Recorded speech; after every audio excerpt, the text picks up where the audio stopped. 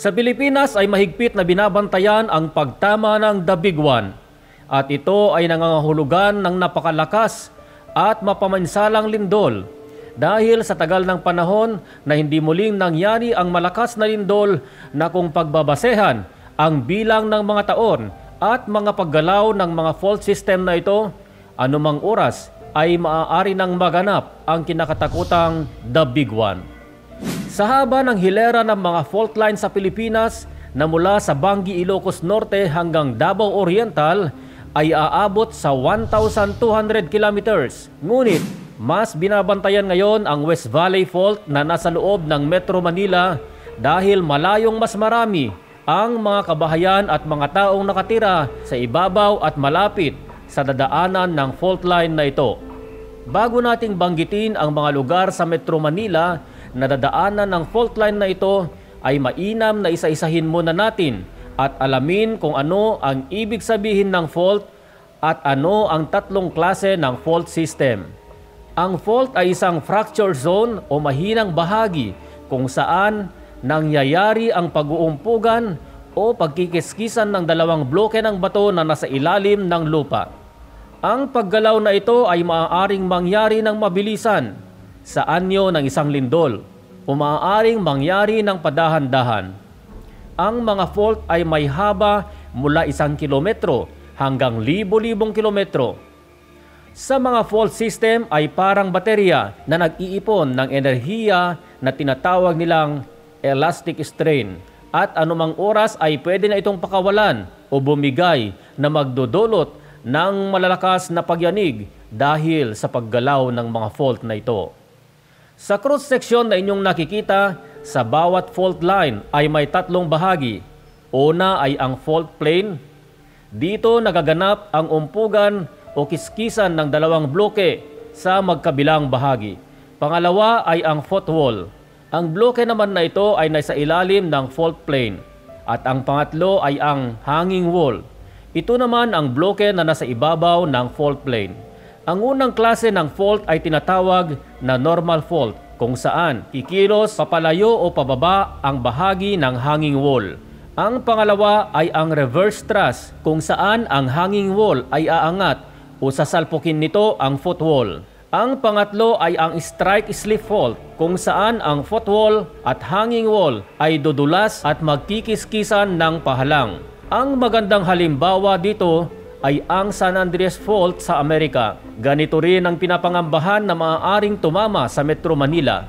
Kung tatama ang The Big One sa Metro Manila sa ngayon, ay apektado ang halos 100 kilometrong haba ng fault na ito na nag-uumpisa sa Angat Reservoir sa Bulacan. Madadaanan nito ang Quezon City, Rodriguez Rizal, Marikina, Pasig, Makati, Taguig, Muntinlupa, Cavite, at magtatapos sa Calamba, Laguna. Magdudulot ito ng magnitude 7.2 na lindol. Ang magnitude ay ang terminolohiya na ginagamit na sumusukat sa enerhiya na nagmumula sa ilalim ng lupa sa pinanggagalingan nito. At base sa mga pag-aaral, ang mga nabanggit na lugar ay makakaramdam ng intensity 8 na lindol. Ang intensity naman ay siya namang sumusukat sa laki o lawak ng pinsala sa ibabaw nito, gaya ng mga gusali sa tao at kapaligiran. Matandaan na noong 1990 ang Luzon ay nakaranas ng magnitude 7.8 na umabot sa intensity 8 na siyang nagpaguho sa kilalang Hyatt Hotel sa Baguio City, kung saan marami ang nalibing na buhay. Sa pagtama ng malakas na lindol ay sisirain at iguguho ang mga matataas na gusali at mga kabahayan.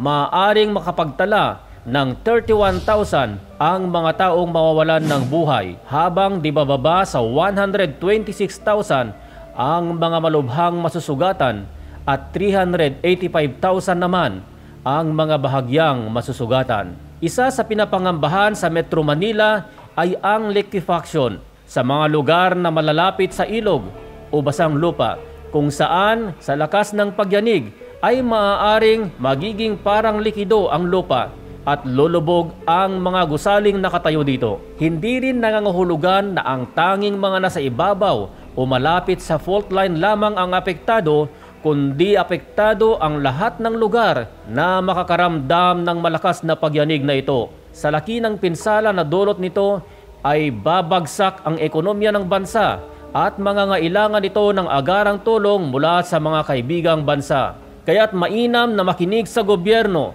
at sumali sa mga programa para sa paghahanda sa pagtama ng dabiguan.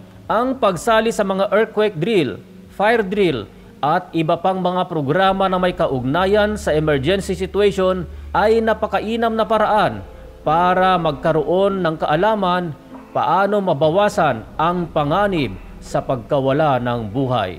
Malaking tulong din ang paghahanda sa mga pangmatagalang pagkain, inumin at personal tools na gaya ng flashlight at mga emergency kit.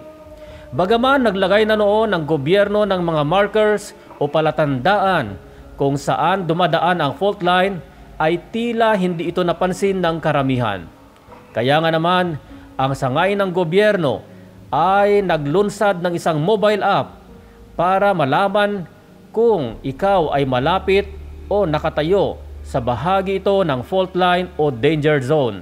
Pwede nang ma-download ang mobile application na may pangalang The Feebox Fault Finder App. Maraming salamat sa inyong panonood mga kababayan.